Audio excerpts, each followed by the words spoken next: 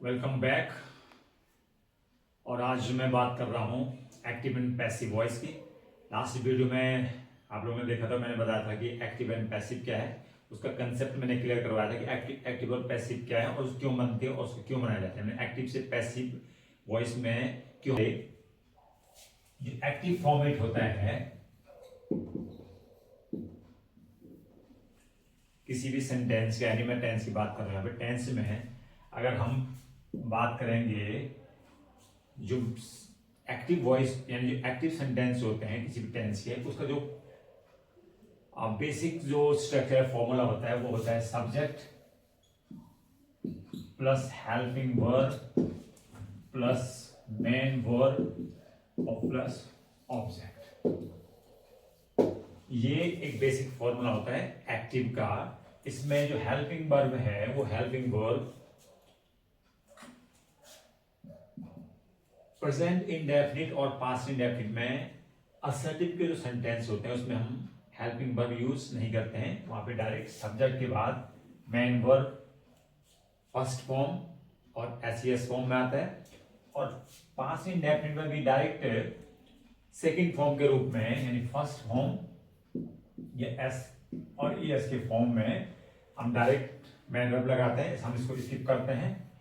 और past indefinite में हम सेकंड फॉर्म लगाते हैं असर्टिव सेंटेंस में, ये आपको पता होगा। इसके अलावा जितने भी टेंस के सेंटेंस होते हैं, चाहे वो नेगेटिव में हो चाहे असर्टिव में है, उसमें हेल्पिंग वर्ब यूज किया जाता है। सब्जेक्ट के बाद हेल्पिंग वर्ब, फिर इसमें मेन वर्ब, और मेन वर्ब जो होता है वो मेन वर्ब होता है first form, second form, SES form, ING form और थर्ड फॉर्म।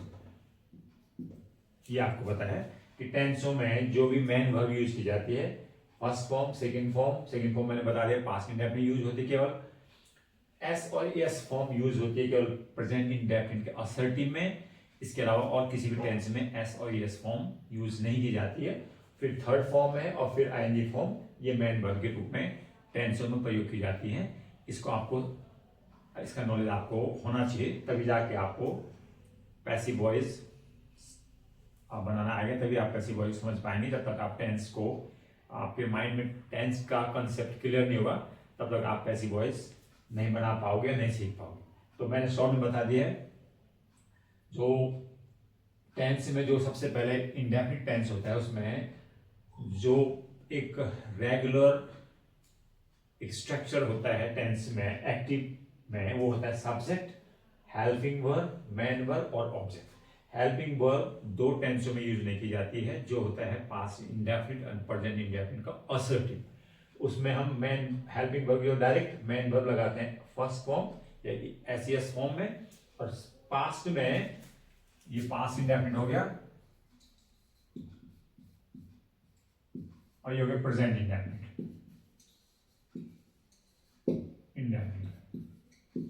वहां पे हम क्या लगाते हैं, फर्स्ट फॉर्म और वर्ब की एसईएस फॉर्म, या हम इसको स्किप करते हैं।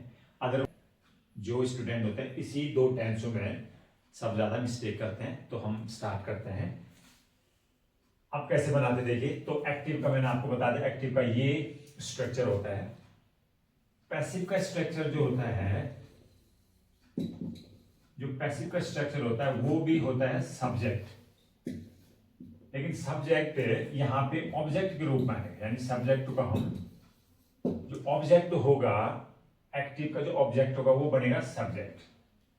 हेल्पिंग वर्ब, यहां पे प्रत्येक पैसिव वॉइस में एक हेल्पिंग वर्ब होगी।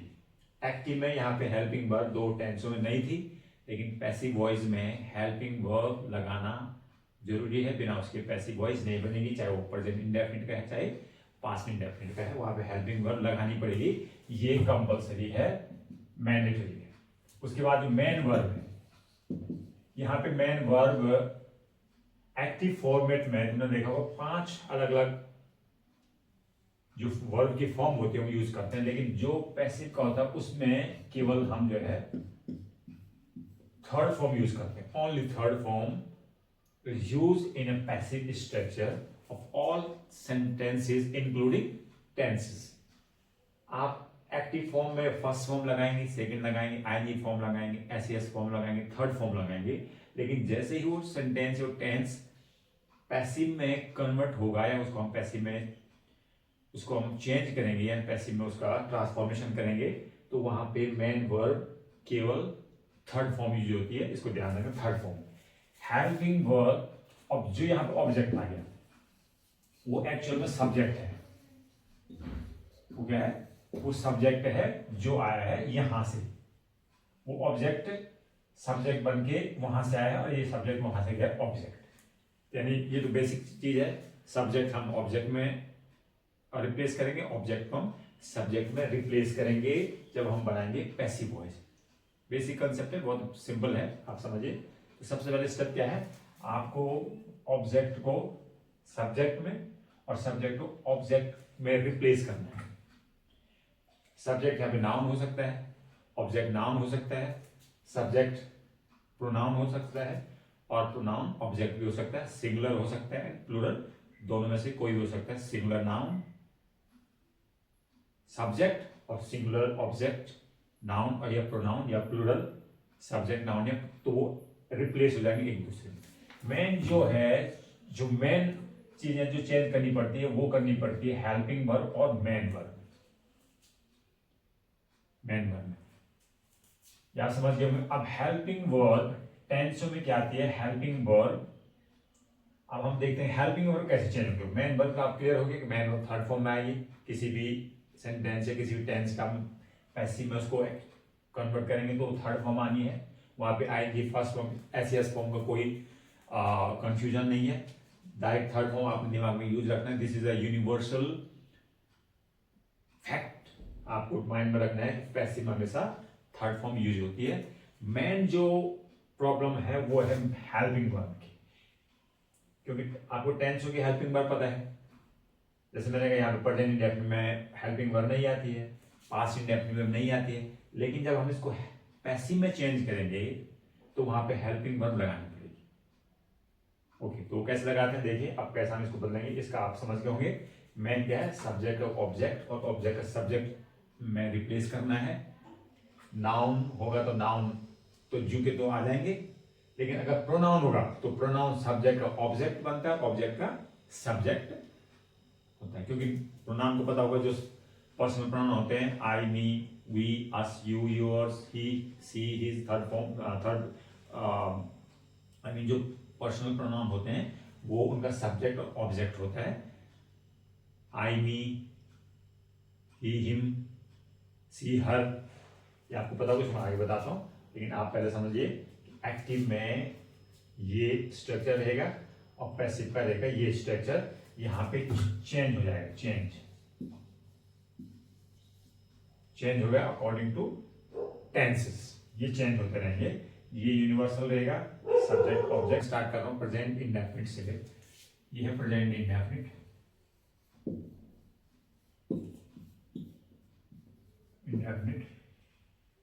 ये है पास्ट इंडेफिनिट, ये है फ्यूचर इंडेफिनिट।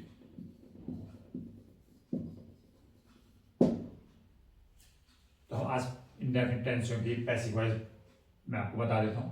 ये है present indefinite, past indefinite, future indefinite. इनके मैं तीन सेंटेंस, एक ही सेंटेंस लिखता हूं। उस सेंटेंस की हेल्प से आप समझ पाएंगे कि कैसे करके तीनों जो टेंस हैं उनकी हम पैसिव वॉइस बनाएंगे। मान सपोज एक सेंटेंस में लिख देता हूं, मैं लिखता हूं ही हेल्प्स मी। ओके, तो ये सेंटेंस है प्रेजेंट इंडेफिनिट में। इसमें एस लगा हुआ है, सिंगुलर सब्जेक्ट है, एस लगा हुआ है। तो प्रेजेंट इंडेफिनिट इसकी पहचान है। अगर इसको पास्ट में लिखेंगे तो पास्ट में हो जाएगा he helped me. Second form है ये पास्ट। देखो हेल्पिंग वर्ब इसमें नहीं आई, जैसे मैंने बताया था हेल्पिंग में नहीं है, तो सीधे सब सिंगुलर के साथ एसएस फॉर्म, एसएस फॉर्म, यहाँ पे पास्ट सेकंड फॉर्म। फ्यूचर में बाकी सारे टेंसों में हेल्पिंग वर्ब आती है। एक्टिव में तो यहाँ पे आ जाएगा he will help me. Okay, तो ये 3 सेंटेंस मैंने लिख दिए हैं। ये है प्रेजेंट इंडेफिनिट का, he helps me, he helped me और ही विल हेल्प मी, ये फ्यूचर इंडेफिनिट। अब इनकी पैसिव वॉइस कैसे बने, बहुत इजी है, बहुत आसान समझिए इसको। ज़्यादा मैं बहुत रूल्स एंड रेगुलेशन में नहीं जा रहा हूँ, जो आसान शब्दों में तो बता रहा हूँ। प्रेजेंट इंडेफिनिट कैसे पहचाना, क्योंकि इसमें सिंगुलर के साथ एस फॉर्म है। अगर यहाँ पे सब्जेक्ट हो जाता प्लूरल तो यहाँ पे हेल्प आता। पास्ट में चाहे सिंगुलर हो चाहे प्लूरल सब्जेक्ट हो, हमेशा सेकंड फॉर्म आता है असर्टिव में। फ्यूचर में विल और शेल हमेशा आता है और फर्स्ट फॉर्म। ये है तीनों टेंस की। ओके, एक चीज और ध्यान रखिए, ये जो ऑब्जेक्ट हैं, ये जो सेंटेंस हैं, इनकी पैसिव तभी बनेगी जब वहां पे एक ऑब्जेक्ट होगा, यानी जब वो वर्ब होगा, ट्रांजिटिव वर्ब, यानी वर्ब का ट्रांजिटिव होना जरूरी है। अगर जो मीन्स जो वर्ब अपने साथ ऑब्जेक्ट लेके आता है उसको बोलते हैं ट्रांजिटिव, और the verb without object is called intransitive verb. तो क्योंकि इन सब के साथ एक ऑब्जेक्ट है तो ये वर्ब होगी ट्रांजिटिव, इनकी पैसिव वॉइस बनेगी। यू अंडरस्टैंड, इनकी पैसिव वॉइस बनेगी। तो कैसे बनेगी, सिंपल सा रूल है, ये चला जाएगा यहाँ सब, ये है सब्जेक्ट, ये चला जाएगा ऑब्जेक्ट में और यहां से ऑब्जेक्ट आएगा सब्जेक्ट बन के इधर। Very simple. तो मी इज ऑब्जेक्ट है तो इसका सब्जेक्ट हो जाएगा आई, ये आई। अब मैंने पैसिव में क्या कहा था, पैसिव में हमेशा, पैसिव में ये हो गया आई, पैसिव में हमेशा हेल्पिंग वर्ब आएगी। अब हेल्पिंग वर्ब का क्या फॉर्मूला है कि जो प्रेजेंट इंडेफिनिट, पास्ट इंडेफिनिट और फ्यूचर इंडेफिनिट के सेंटेंस है, जब उनको पैसिव बनाएंगे तो उसमें नेक्स्ट जो टेंस होता है कंटीन्यूअस टेंस की हेल्पिंग वर्ब यूज होती है। तो आई प्रेजेंट इंडेफिनिट, प्रेजेंट कंटीन्यूअस की हेल्पिंग वर्ब आएगी तो इसमें आ जाएगा आई एम। सब्जेक्ट हो गया, हेल्पिंग वर्ब आ गई है, मेन वर्ब अगेन यहाँ पे एस में है, लेकिन वहां पे पैसिव में किसमें यूज होती है, थर्ड फॉर्म में, हेल्प। सब्जेक्ट आ गया, आई बन गए, यहाँ पे हेल्पिंग वर्ब आ गया, नेक्स्ट टेंस की कंटीन्यूअस एम, आई के साथ एम आता है, फिर थर्ड फॉर्म, और यहाँ पे ही चला जाएगा ऑब्जेक्ट बन के, ऑब्जेक्ट ही का ऑब्जेक्ट होता है हिम, और उससे पहले सभी को बताया क्या लगाते हैं, बाय। तो ये हो गया by him, I am help by him. Same ऐसे बनेगा, देखो ये इसका ये हो जाएगा सब्जेक्ट आई, ये पास्ट का तो पास्ट की helping verb continuous helping verb आएगी, इसमें होता है पास्ट की हेल्पिंग वर्ब होता है आई वाज, हेल्पिंग वर्ब आ गई, सब्जेक्ट आ गया, अगेन थर्ड फॉर्म हेल्प्ड, और अगेन ही हो जाएगा him, I was help by him. Future का, फ्यूचर इंडेफिनिट कंटीन्यूअस की हेल्पिंग वर्ब, कंटीन्यूअस होता है विल बी और सेल्फ। तो आई के साथ ये आ चला जाएगा आई बन करके, और यहाँ पे ही के साथ विल है लेकिन आई के साथ सेल आता है, तो हमें आ आई सेल और वहां पर बी, क्योंकि कंटीन्यूअस में क्या था, shall be, will be, helping verb, और थर्ड फॉर्म हमेशा वही हेल्प्ड, हेल्प्ड और बाय हिम। तो ये देखिए सिंपल है, जो ऑब्जेक्ट है वो बन गया सब्जेक्ट आई, हेल्पिंग वर्ब लगेगी क्योंकि प्रेजेंट कंटीन्यूअस की इसमें हेल्पिंग वर्ब आएगी, तो वहां पे एम इज एम आर है, तो वहां पे आई के साथ एम आएगा, थर्ड फॉर्म आती है, हर पैसिव में थर्ड फॉर्म यूज होती है, इसको दिमाग में रखिए। कोई भी पैसिव आप बनाएंगे उसमें थर्ड फॉर्म यूज होनी है, चाहे वो एक्टिव में किसी फॉर्म में वर्ब है, लेकिन जैसे उसको पैसिव में आएगा वहां पर थर्ड फॉर्म आएगा। ये ही से हिम बन गया, इसको ही सब्जेक्ट है, इसका ऑब्जेक्ट होता है हिम, और उससे पहले बाय लगा देंगे। अगेन पास्ट में हेल्प है, आई, मी का आई बन गया सब्जेक्ट, मी का सब्जेक्ट आई, आई सब्जेक्ट क्योंकि अब आई मी तो ऑब्जेक्ट था, तो यहाँ पे सब्जेक्ट आई हो, तो again was past in continuous की हेल्पिंग वर्ब है, हेल्प्ड बाय हिम। फ्यूचर में मी बन गया आई, यहाँ पे सेल भी आएगा, ही के साथ विल आता है लेकिन आई के साथ सेल आता है, तो वहां पे सेल भी और हेल्प्ड बाय हिम। तो ये है इंडेफिनिट टेंसों की पैसिव वॉइस। नेगेटिव हो चाहे इंटरोगेटिव हो, सब इसी तरीके से बनेंगे। तो मैं ये बनाया आपने, ये हमने सीखा। मैं एक सेंटेंस और लेता हूं, उसमें आपको और क्लियर हो जाएगा। ये प्रेजेंट इंडेफिनिट यहाँ पर लगाते हैं, सपोज हम कहते हैं मोहन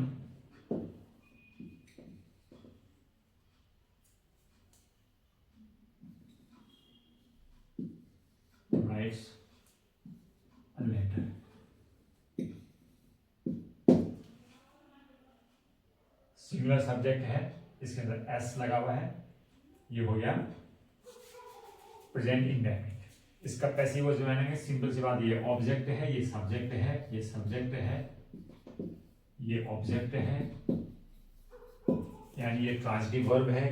ट्रांजिटिव वर्ब इसलिए क्योंकि वर्ब अपने साथ एक ऑब्जेक्ट लेके आया, तो ट्रांजिटिव वर्ब है। जिस भी सेंटेंस में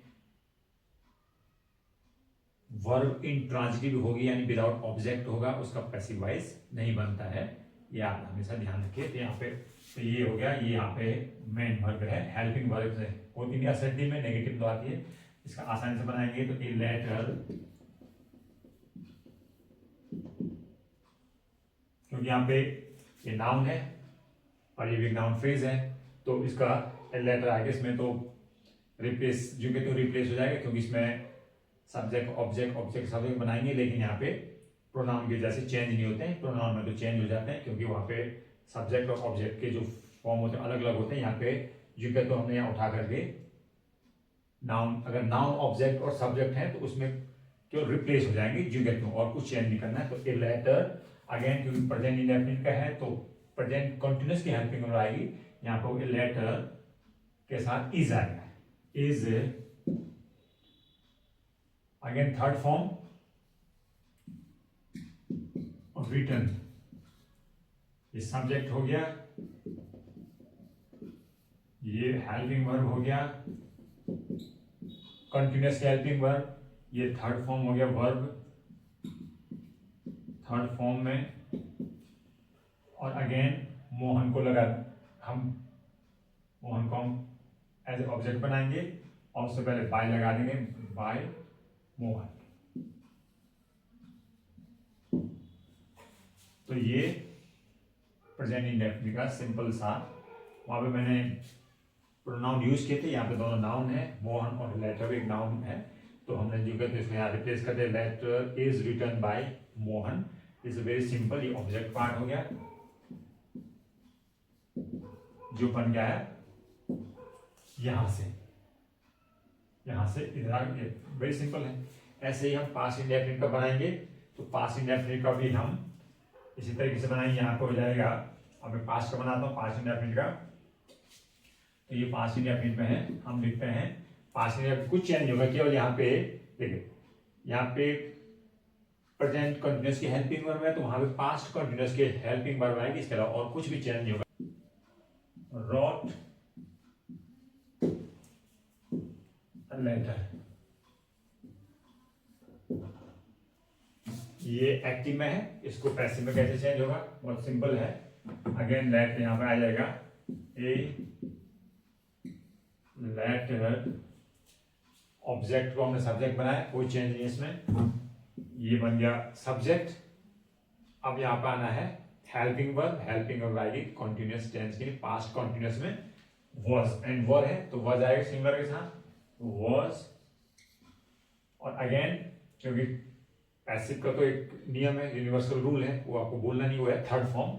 यहाँ सेकंड था, यहाँ एस है, लेकिन जैसे पैसिव में जाएगा थर्ड फॉर्म आपने हमेशा दिमाग में रखना है, was written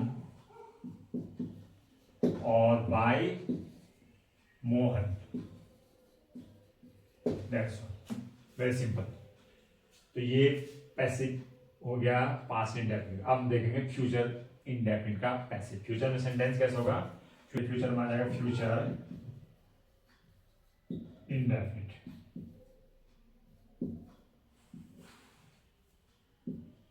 Mohan will write a letter,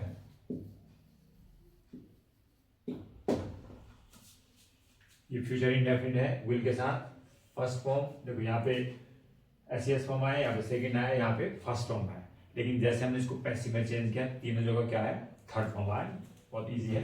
again इसको लेटर को बना देंगे सब्जेक्ट, लेटर, फ्यूचर कंटिन्यूअस की हेल्पिंग वर्ब है will be and shall be, letter के साथ again will be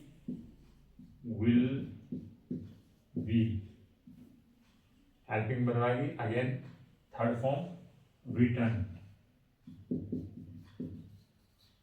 and by Mohan. तो ये है इंडेफिनिट का पैसिव वॉइस। बहुत आसान है, कुछ नहीं है, सब्जेक्ट ऑब्जेक्ट, ऑब्जेक्ट का subject, helping verb continuous tense की आएगी और थर्ड फॉर्म आएगा। ये आसानी के साथ आप समझ गए होंगे। आज मैं आपको केवल एक एक टेंस का लेके चल रहा हूं। इंडेफिनिट का है, प्रेजेंट, पास्ट और फ्यूचर का, और एक एक सेंटेंस में नेगेटिव कर लेता हूं। तब आपको और नेक्स्ट वीडियो हम देखेंगे कंटिन्यूस टेंस का और परफेक्ट टेंस का, क्योंकि अगर एक साथ में ले लिया तो आपको थोड़ा कंफ्यूजन हो जाएगा।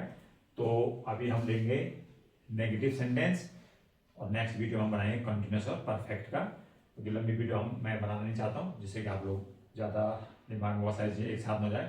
तो एक एक करके आप सीखें इसको। जब आप पैसिव वॉइस का बेसिक समझ जाएंगे तो उसके बाद आप चाहे कोई भी सेंटेंस हो, कोई भी टेंस हो, इसको आसानी से आप पैसिव में कन्वर्ट कर पाएंगे। अब एक नेगेटिव सेंटेंस लेते हैं। प्रेजेंट इंडेफिनिट में एक्टिव फॉर्म क्या होगा उसका? They do not play chess, या they do not play the chess. आप दफ कर सकते हैं, they do not play the chess. Okay, तो नेगेटिव है, तो नेगेटिव में अगेन चाहे पास्ट का हो चाहे प्रेजेंट का हो, असर्टिव में उसमें हेल्पिंग वर्ड आ जाती है डू नॉट के साथ। डोंट भी कह सकते हैं, they don't play the chess. इसका हम पैसिव बनाएंगे, वेरी इजी। ये ऑब्जेक्ट के रूप में, यहाँ पे ये ऑब्जेक्ट है, ऑब्जेक्ट का पार्ट है, ये सब्जेक्ट है, एक ऑब्जेक्ट है एक नाउन फ्रेज के रूप में। तो ये नाउन कह सकते हैं, इसको हम लाएंगे एज ए सब्जेक्ट। जो कि तो ले आएंगे, इसमें कुछ चेंज नहीं करना है, तो हम ले आएंगे इसको the chess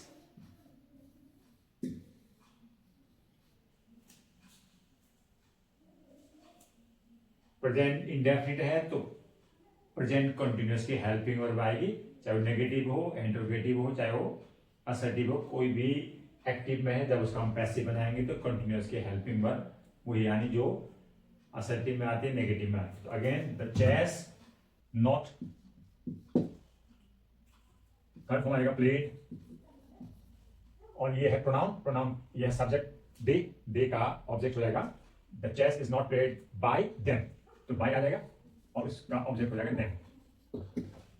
the chess is not played by them, ये नेगेटिव है। प्रेजेंट इंडेफिनिट एक्टिव में क्या आएगा? दे के साथ आएगा डू, नेगेटिव नॉट आएगा डोंट, आप प्ले द चेस। तब इसका पैसिव बनाएंगे तो the chess as a noun phrase के रूप में जो यहाँ पे आ जाएगा, क्योंकि प्रेजेंट इंडेफिनिट का है तो इसमें कंटीन्यूअस हेल्पिंग वर्ब आएगा इज, और नॉट आएगा, और play third form, and by they का देम, दे प्रोनाउन के रूप में सब्जेक्ट के रूप में यूज होता है, और उसका जब वो ऑब्जेक्ट के रूप में जाएगा तो वहां बनेगा देम। अब एक पास्ट में लेते हैं, सेम ऐसे सेंटेंस लेते हैं। दूसरा पास्ट में बनेगा ये दे, यहां पे डिड आएगा, डिडंट, डिड नॉट। देखो साथ साथ टेंस देखिए आप, यहाँ डू नॉट आए तो पास्ट में आएगा डिड नॉट या didn't. They did not play. देखिए नेगेटिव में एक चीज आपने देखी होगी, देखो यहाँ भी फर्स्ट फॉर्म है, यहाँ भी फर्स्ट फॉर्म है नेगेटिव में। जब हम असर्टिव बनाया था यहाँ पे एस फॉर्म आया था, यहाँ पे सेकंड फॉर्म आया था। लेकिन अभी हमारे पास यहाँ डू नॉट और डिड नॉट आ गया, तो प्ले दोनों टेंसों में प्ले सेम रहा। Again they did not play the chess, ये पास्ट इंडेफिनिट का नेगेटिव है। जब हम इसको पैसिव में कन्वर्ट करेंगे अगेन, तो ये नाउन ऑब्जेक्ट में नाउन फ्रेज है, तो उसको रिप्लेस हो जाएगा सब्जेक्ट के रूप में, तो सब्जेक्ट हो जाएगा द चेस, ये बन गया सब्जेक्ट। ऑब्जेक्ट को सब्जेक्ट के रूप में हम लिया यहाँ पे। डिड नॉट, क्योंकि पास्ट इंडेफिनिट का, तो पास्ट कंटिन्यूअस की हेल्पिंग वर्ब, वहां पे है वाज एंड वर्क, तो यहाँ पे वर्ड आ जाएगा वाज एंड, क्योंकि नेगेटिव है तो नॉट, नेचुरली नॉट आ जाएगा। ये इतना डिफरेंस है इस दोनों में, तो was not and again third form played by and they, again they is subject और उसका ऑब्जेक्ट बन जाएगा देम, बाय देम।